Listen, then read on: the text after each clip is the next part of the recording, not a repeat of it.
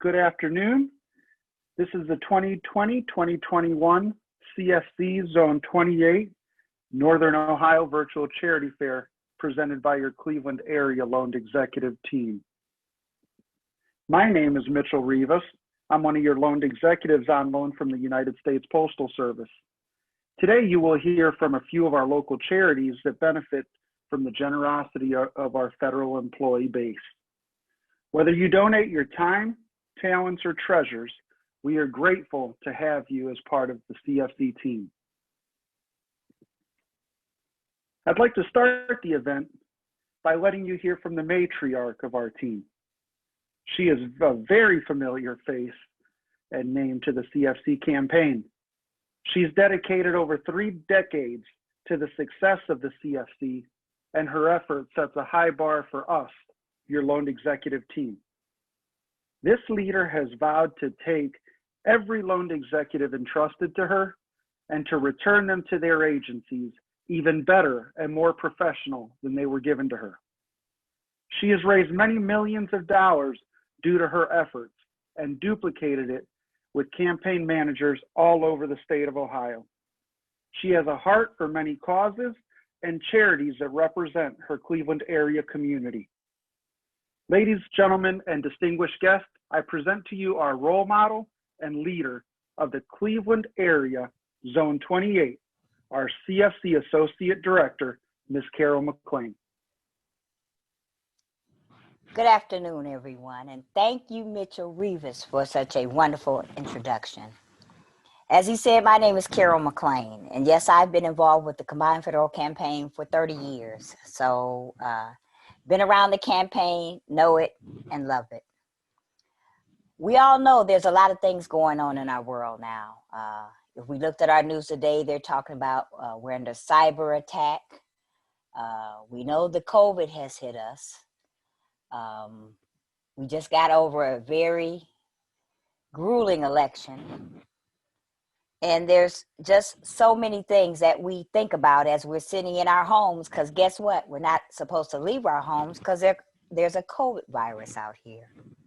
So that has done certain things to us and made us have to change how we do our campaign. This year we came to you virtually. In my 30 years, we'd never done that before. I wasn't sure how we're going to do it, but thanks to this extraordinary loan executive team, we did it.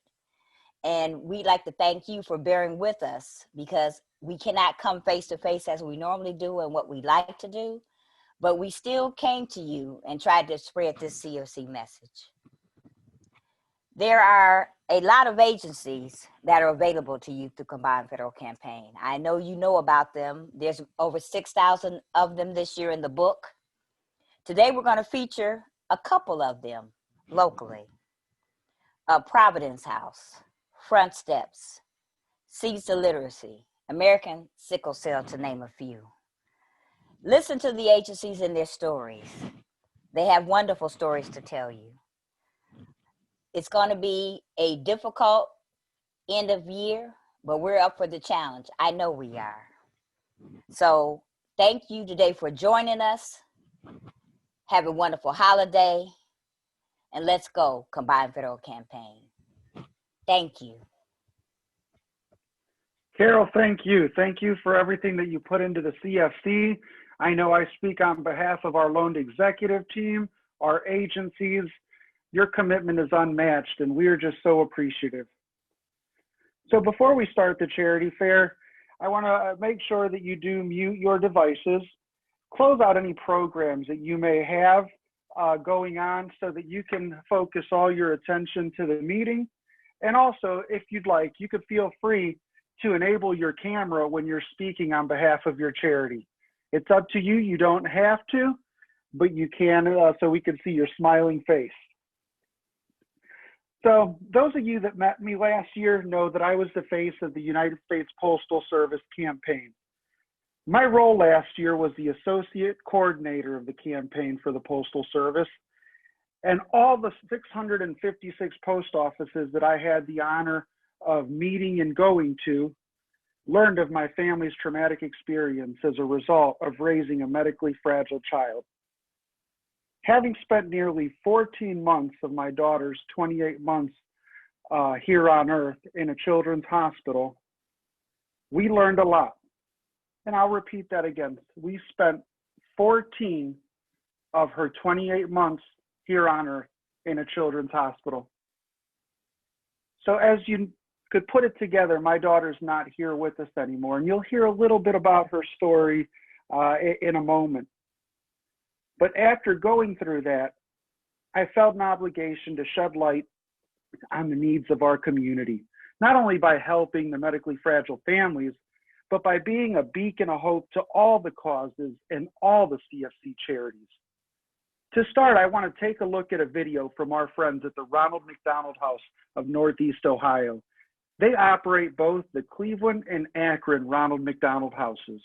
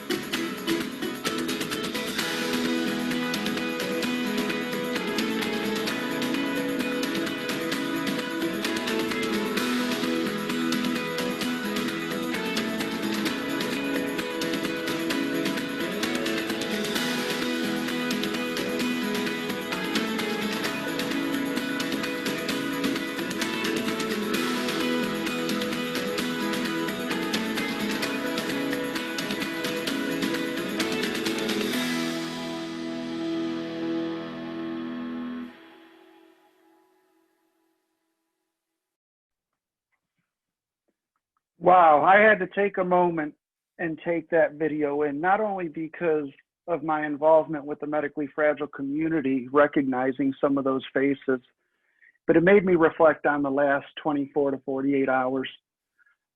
Personally, I was called to reach out as family, as friends, to a family that lost their 16-year-old son in our Cleveland area children's hospitals.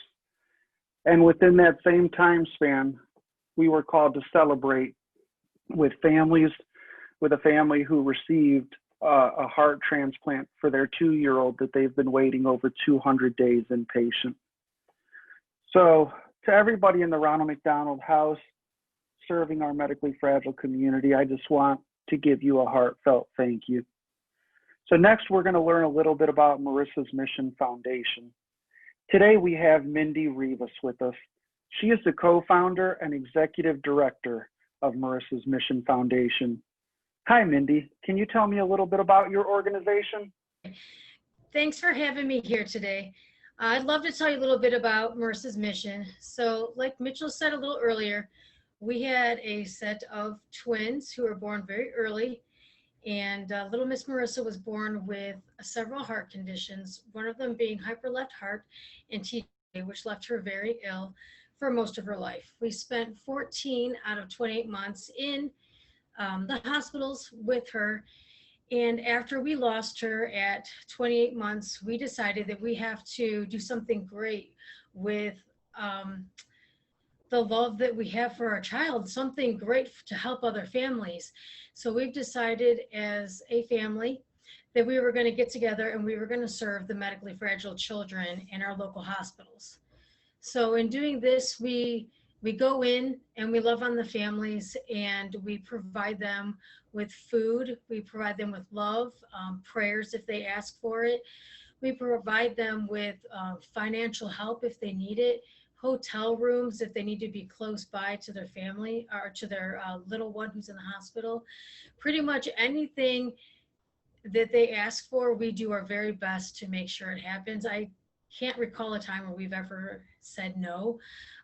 This is our pride and joy. This has our daughter's name on it. Our nonprofit is a huge part of our life. Our entire family is involved in it. And we just want to go out and show the world love and compassion and really just take care of those medically fragile families. That's amazing, Mindy. And I know that this is your organization's first year in the CFC network, Yes. but can you tell us what your expectations are from the impact that the CFC will play in this upcoming year? Absolutely. So like you said, this is our first year, but having the security of knowing that we are involved in this campaign has given us such a sense of relief that when someone calls us at 3 a.m. and says, hey, my baby girl's getting a heart transplant right now, can you help us? Absolutely we can, because we have the security of having that reoccurring donation this year. Yes, those reoccurring donations are amazing. And finally, if you had one thing that you'd like to leave our viewers with here today, what would that be?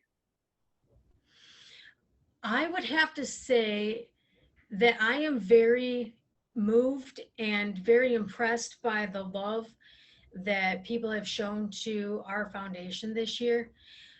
During these crazy times, like Miss Carol said, we need each other. We need someone to lean on. We all need somebody to have faith in and come to the rescue every now and then. And because of this campaign, we are able to do these things. And thank you so much. Well, thank you for your time. Thank you so much for joining us today. So next we have the American Sickle Cell and Anemia Association. Last year, our team was forever changed by the visit to their charity. Today we have Mr. Gil Peña, their program coordinator, joining us. Gil, can you please unmute your microphone and tell us a little bit about your organization? The American Sickle Cell Association is a nonprofit organization that was founded in 1971. Our organization is one of the leading community-based sickle cell programs in the country. It has served population at risk for over 40 years, and our organization provides education, which our organization has distributed more than 400,000 education packages to the public. We educate students, teachers, social workers, physicians, the media, and the general public. We do counseling. American Sickle Cell Association provide in-house and community outreach counseling to those affected by sickling diseases and the traits. We provide testing. We provide testing for parents, newborns, and then in the general public. American Sickle Cell Anemia Association currently tests approximately 3,000 individuals annually. We provide supportive services. We provide crisis intervention support, youth program, support family activities, and in-hospital counseling to families and individuals living and coping with sickle cell disease. I can say that combined federal campaign donation has been a big support to us. Therefore, through this donation, through these donations, we can continue to extend these services for our affected family and individuals with sickle cell disease that are going through the crisis of the pandemic. Wow, Gil, you're staying so busy. Yeah, and one thing is I want to tell everybody out there is sickle cell is an inherited disease that which we already seen in the state of Ohio between 40 and 60 babies born with this disease annually.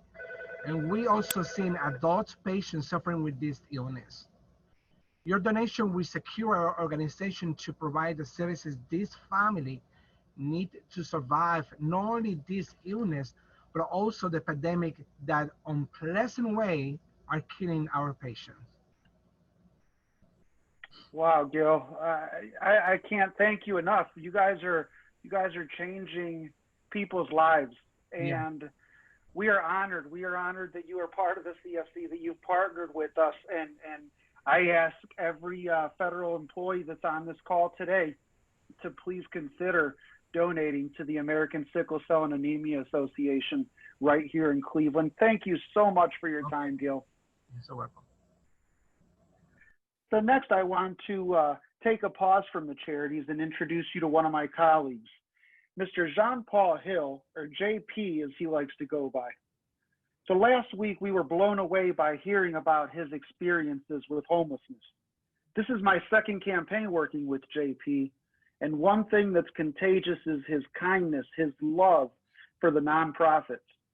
JP, welcome. I had the opportunity, like I said, of visiting some amazing charities with you last year, and I got to watch you grow. I got to watch you connect with purpose and your efforts to serve the community, the charities, and it was amazing to watch you support your colleagues, me, Carol, and the rest of the team.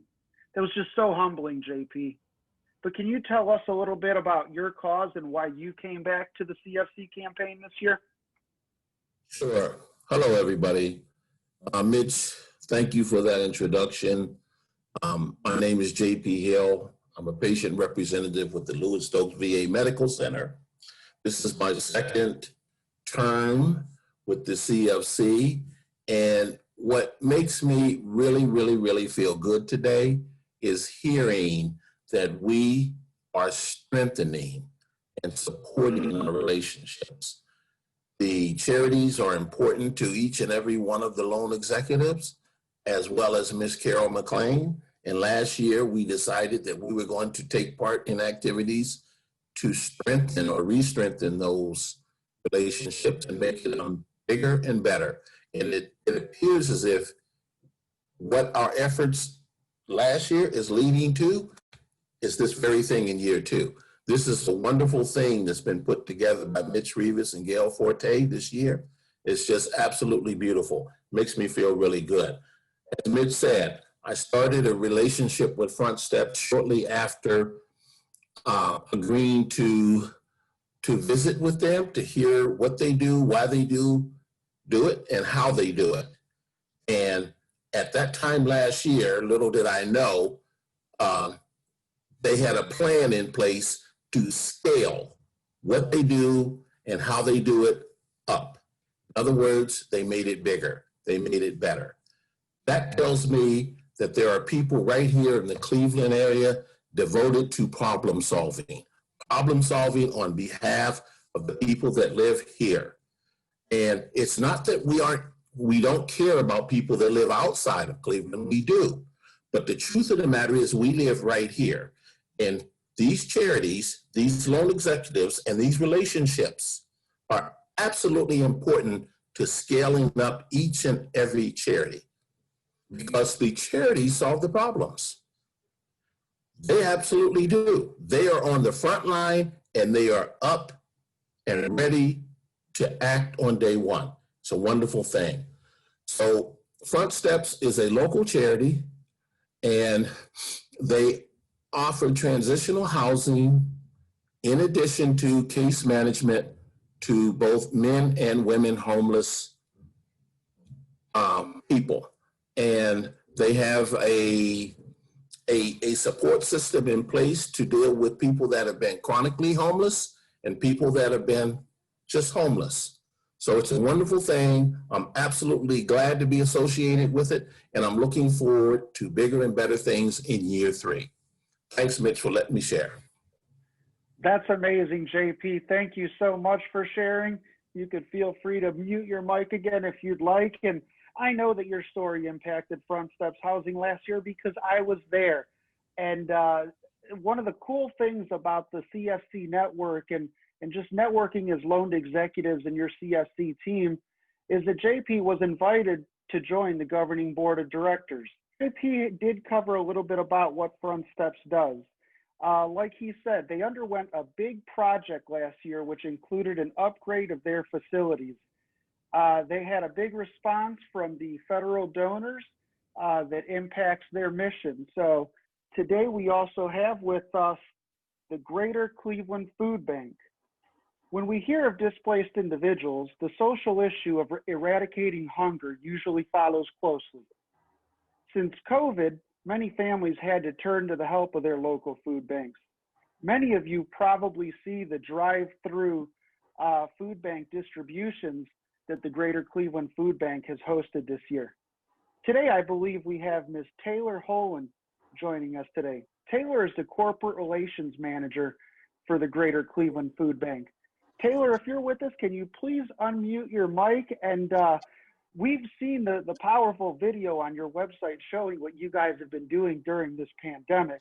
But for the people who haven't seen that video, I would love to hear how you are assisting families. Sure, thank you so much. So the Food Bank's mission is to work together to ensure that everyone in our communities has the nutritious food that they need every day. And we do this through both food distribution and SNAP outreach efforts.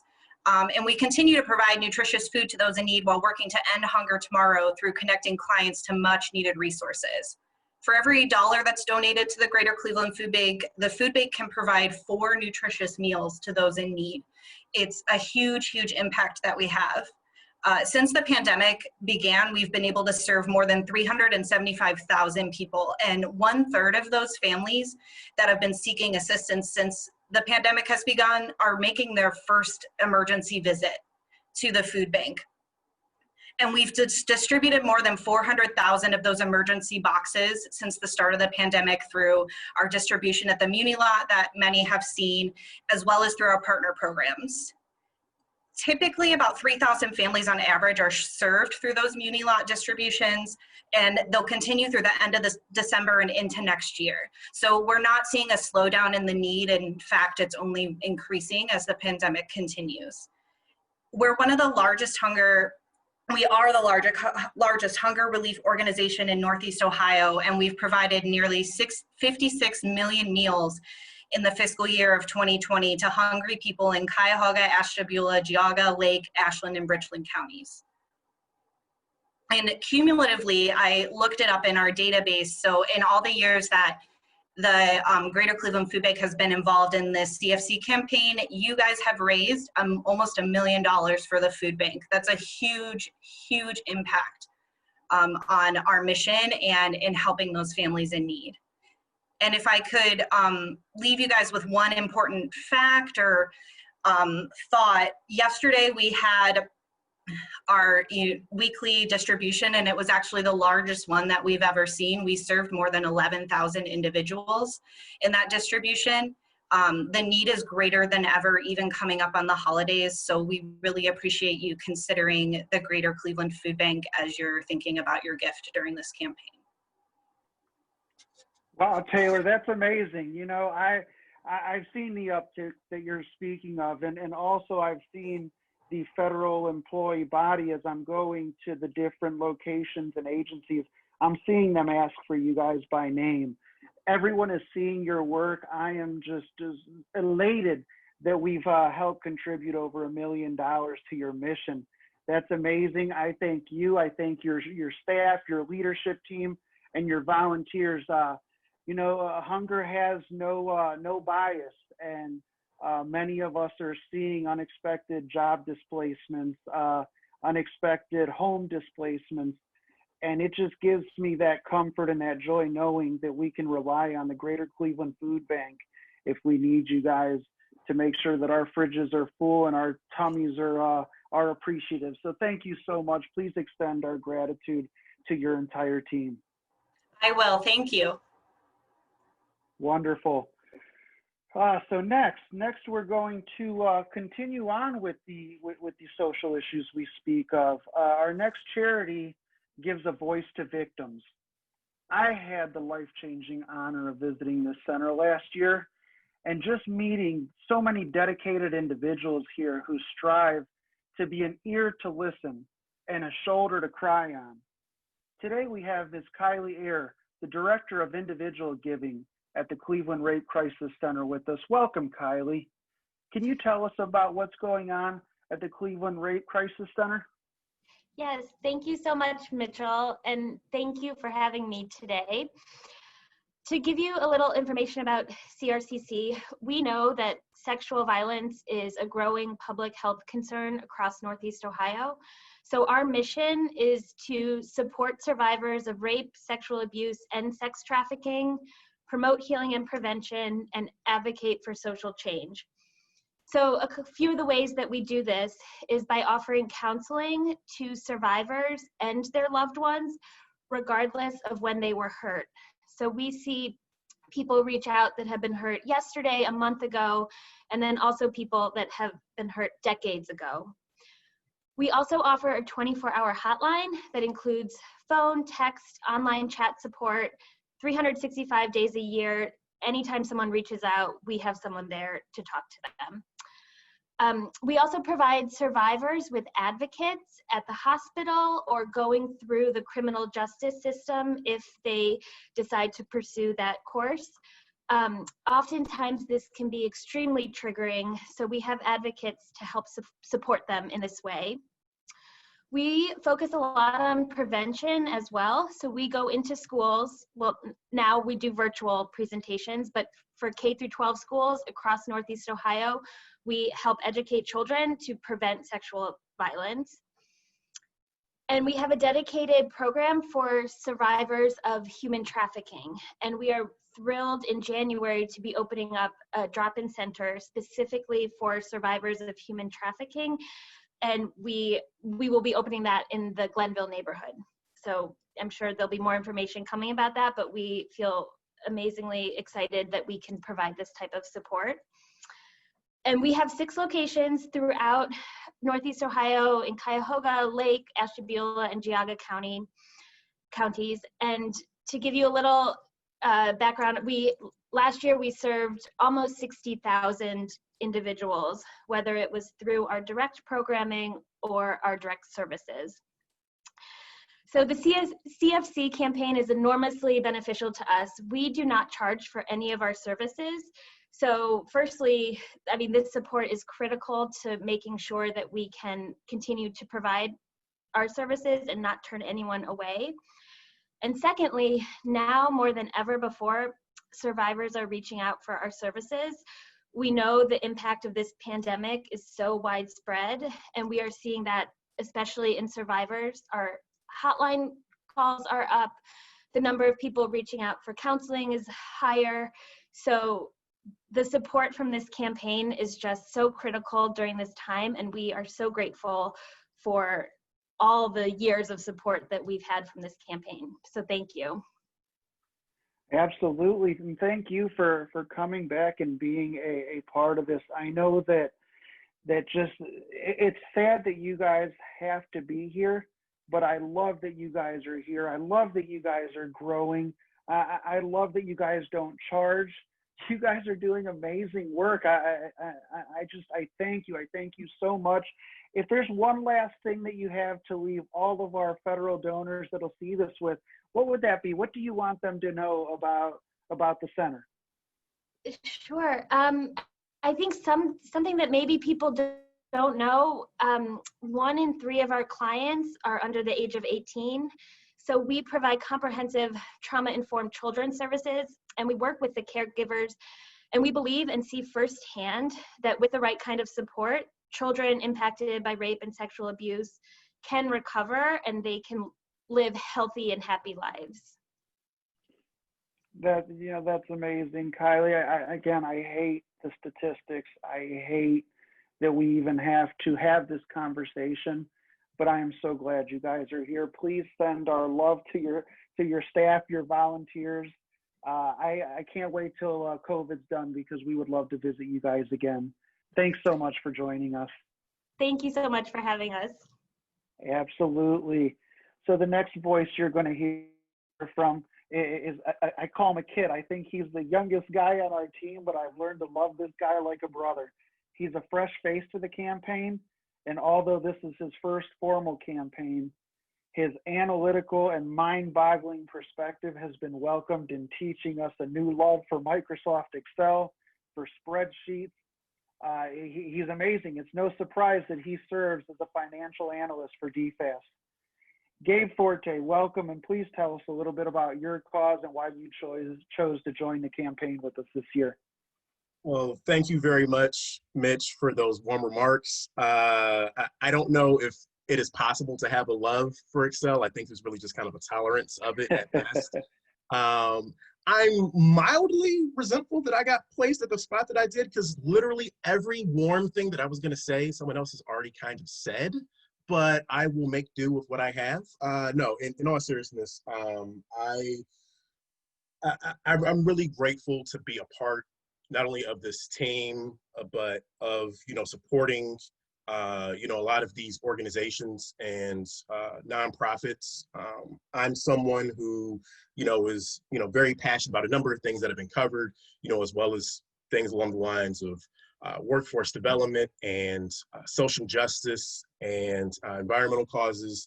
And so I think that in a number of these uncertain times, and just with a lot of the, uncertainty that's happened over, the last year, that we really, anything that we can do to help out others goes a long way and helps make our community better and stronger, and can really just positively impact and change lives.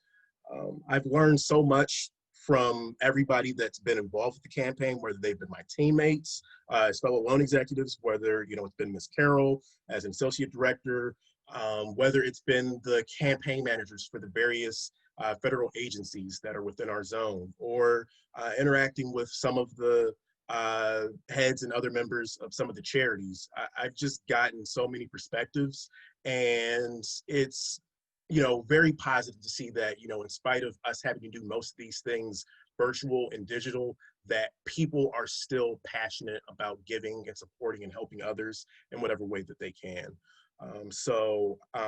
In conclusion, I will just say, I am really proud and grateful of the, people that I work with every single day.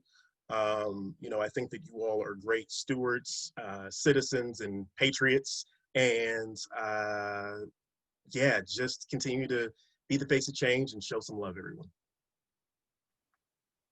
Awesome. Thank you so much for that, Gabe. And I know you've had the pleasure of welcoming our next guest a few times, but today I'd like to welcome the Providence House Crisis Nursery. Again, this was one of the charities that our team met last year, left forever changed, didn't know to the extent of how they just loved on and blessed families in the community during a difficult time. But today we have Ms. Kaylee Quambeck with us. She serves as Providence House's Donor Engagement Coordinator. Kaylee, welcome. Please tell us a little bit about the Providence House. Hello, everyone. Thank you so much for having me today, and for your continued generosity in having Providence House as a part of this. We love working with you all and have loved being involved. So I'm so excited to get to talk about what we do a little bit. Providence House was founded in 1981 as a crisis nursery. So we're one of the longest operating in Ohio and all of the US and Canada combined. But that means we provide temporary free emergency shelter to children who are at risk of abuse or neglect while parents are facing any sort of crisis. And we've done so for close to 9,000 families in the greater Cleveland area since 1981. So we have families that may be facing homelessness, domestic violence. They could be in the hospital for surgery. They could just be an overwhelmed caregiver. But they can bring their kids to us, and we will provide full care for up to 60 days while we do comprehensive case.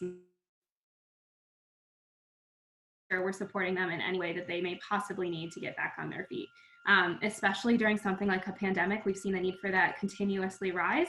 And so we've kind of pivoted our services a bit to also be providing basic needs deliveries to families, which we've now been doing weekly deliveries to over 250 families every week, as well as virtual case management sessions for those who are unable to leave their house still kind of locked in under quarantine. So even while we're still serving children in our campus as well, we're also kind of getting out there in the community a little bit more.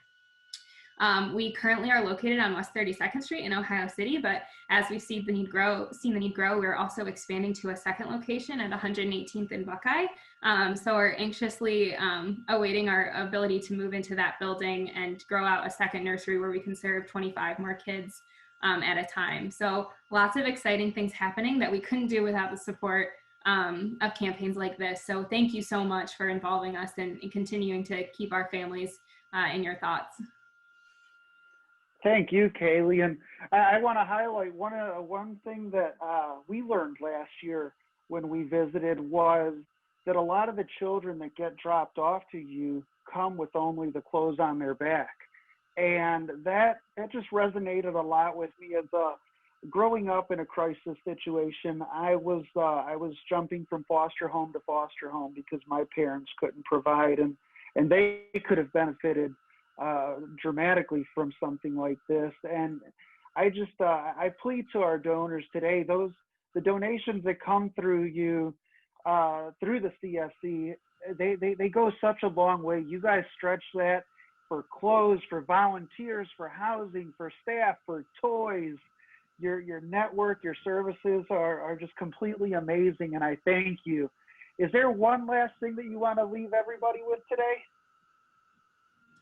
Sure, and thank you for those kind words. Every dollar really does count, but if there's one thing that I think I could leave with you, I think everyone often gets to see how incredible the kids are that we have, but I also want to leave the thought that our parents are really some incredible human beings. And I know many of you may have kids. If you do, you know that you'll do anything for them, and that's what our parents do. And our services wouldn't work if they weren't putting in the work every single day, and they really do. So while those dollars are absolutely going towards making sure our kids have everything they need, they're also supporting some really, really incredible parents that are really putting in the work. So I hope you consider Providence House, and please reach out if you have any other questions. Great. Thank you, Kaylee. Thanks for being the hands and feet for these special children, serving them. We are just so grateful. Thank you so much. Wow. So I love the Providence House. I'm sorry, I tear up every time that I think of just the huge difference that they're making. And another aspect in our community where our community is hurting and struggling, this year we've depended on the struggles of remote education. And in times of a pandemic, we are sometimes called to be educators ourselves. Our next guests are no strangers to furthering education. We have Ms. Katie Castera today with us. She's the Director of Communications from Seeds of Literacy. They're doing some amazing stuff. But Katie, for those of us who have never heard of Seeds of Literacy, can you introduce them to your organization? Tell us a little bit about what you guys do. Absolutely. And thank you so much for having us here today. What an incredible lineup of really, really worthy causes. It's a privilege to be among them. So if you've never heard of Seeds, I'm not surprised. We seem to be the best kept secret in town, but the service we provide is so critical. We address the root cause of poverty, which we believe to be illiteracy.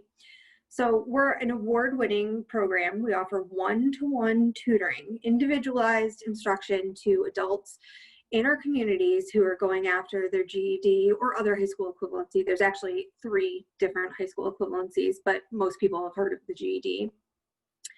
We are completely different than other literacy agencies for adults for a variety of reasons. Number one, we're the only nationally accredited agency by Pro-Literacy. They're the big parent organization nationally and internationally. They also have worldwide. We remained operational when the pandemic hit and all of the other adult literacy agencies closed their doors. We adapted, of course. We didn't necessarily have in-person, but we took our services online. We have ongoing and open enrollment, which means that anytime an adult makes that decision to go back to school and finish something that they started for many decades ago, they don't have to wait to get started with us. We have open enrollment every single week. So there's no well, in 3 months, I think I'm going to go back to school. It's when they finally decide, we're there for them. Our program is also ongoing. Life kind of gets in the way, and they know that better than anybody because they had to leave school for one reason or another. So we know that there's going to be life challenges that get in the way of their education. It's not that it's not a priority to them, it's just that there's more pressing need. So we have them with us for as long as they need to be. Some students are with us for a couple weeks, couple months, some a year. We've had several students who've been with us for several years, and that's okay. It's individualized learning, so it's going to take as long as it needs for each person. Our schedule is also flexible because, again, life gets in the way. So we have one-to-one tutoring 3 times a day, 4 days a week, and students don't have to set up an appointment. It's the same with tutors. They come to the set like tutoring times. There's morning, afternoon, and evening. They show up anytime in there, and we pair them up to work on whatever it is they're working on. So they don't need to schedule anything. If they can come 4 days a week, 3 times a day, that's great. We're happy to have them, but some can only, fit an evening class into their schedule. And most importantly, we're 100% free. So we provide all of the curriculum, we pay for their practice tests, and then we help them get the vouchers so that they pay very little for the actual GED when it's time to take it. And our tutors are volunteers. So we have roughly 300 volunteer tutors right now. The need is always growing because we're flexible with our hours. Tutoring, some hours we have more tutors than we need, and some hours we don't have enough. So we always are looking for more tutors to help out. And everybody kind of has their own style with providing lessons and education and sharing their knowledge. And some work better with different students than others. So we're always looking to expand our tutor base. That's amazing. No, I was going to say that's amazing. And you brought up some great hot button words there. The one of them is flexible. I love how you meet people where they're at. I reflect on my pursuit of higher education, and I started back right next to my daughter's bedside in the Children's Hospital through an adult learning college in Cincinnati. And it's just wonderful to have that spirit of being able to meet people where they're at, having the tutors just be so flexible with their time. And like you said, it's not like a traditional school where you have to wait for the semester to start back up. When your clients come in and say, hey, today's the day, you guys are there to meet them. And that's so special. I think of the words of one of my personal mentors that said that every journey starts with that first step. And absolutely. The Seeds of Literacy gives that first step. I think of our donors. I believe we have over 200,000 federal employees here in the state of Ohio, and I just reflect on what can we tell them? What message do you want to leave them with that encourages them to step up the plate and help Seeds accomplish their 2021 goals? Well, I think the numbers speak for themselves. So I'm just going to hit you with a couple of real quick statistics. 66%, so more than half of adults in Cleveland are functionally illiterate. So what does that mean? Well, it's not just reading, it's also comprehension and the ability to apply what you know. So for anyone who's listening, imagine running your household or forecasting your budget or understanding medication instructions to give to your child or navigating a bus schedule. And imagine doing that with the reading and comprehension level of a 9-year-old. So that's what we're talking about with functional illiteracy. And 88% of our students are below the federal poverty level, and they're just caught in this cycle where they can't learn more and they can't earn more for their families because their good jobs require a minimum of a diploma. In fact, if you don't have a GED or high school education, you're going to earn 42% less than someone who has that. Typically, someone without a high school diploma is earning less than $19,000 a year, if they're even lucky enough to have a job. And now during this pandemic, 50% of the unemployment rate is with people who don't have a high school education. And now that K through 12 schools are remote, these same adults who desperately want to help their children can't. And so if you teach the parent, you actually reach the child. Wow, that's such an important thing to remember there. You know, I appreciate your time here with us today. This is just leaving me remembering and just being so grateful of the opportunities we have.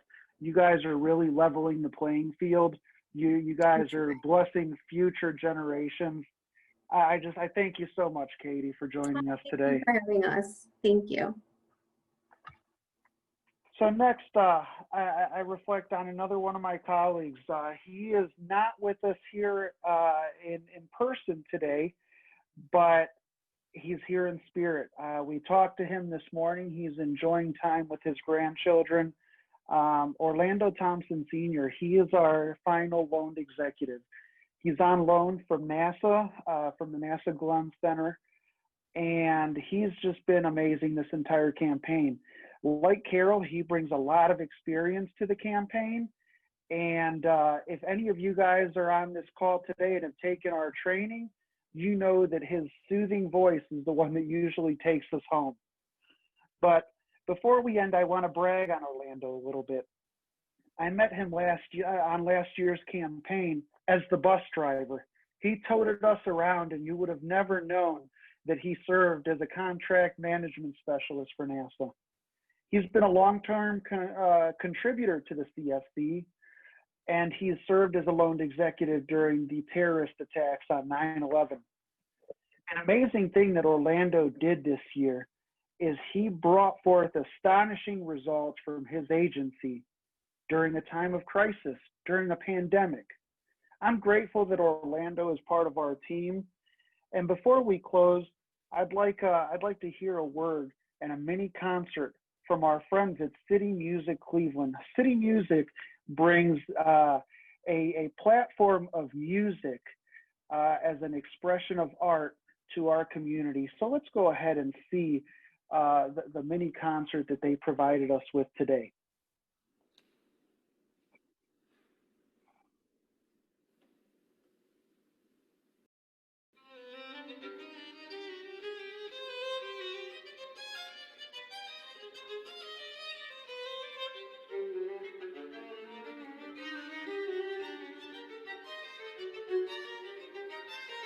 City Music Cleveland has been making classical music accessible in Northeast Ohio since 2004.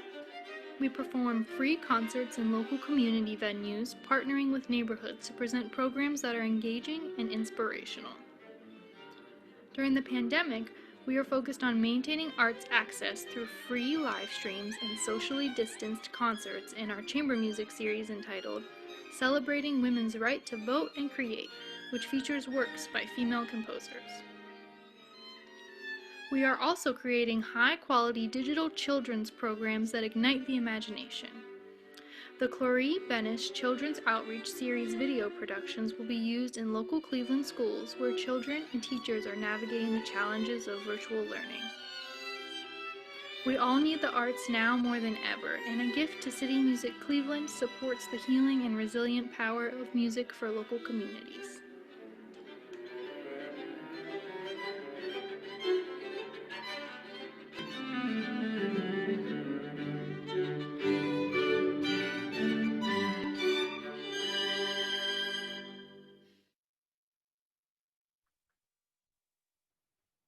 What a beautiful sampling of talent from City Music Cleveland. As we end our time together, I'd like to remind you that CFC serves so many different causes in our local, national, and international communities. Today was just a small selection of our local charities in the greater Cleveland area. Please be sure to browse the CFC charity list, either online or see your key worker or campaign manager for a full paper guide of participating charities. We want to thank you for being a part of this virtual event today, and a special thanks to all the charities who shared their organizations with us today. This will conclude our event, and be sure to visit us at ohiocfc.givecfc.org. Thank you so much for your time. Have a wonderful weekend, a happy holiday, and a Merry Christmas.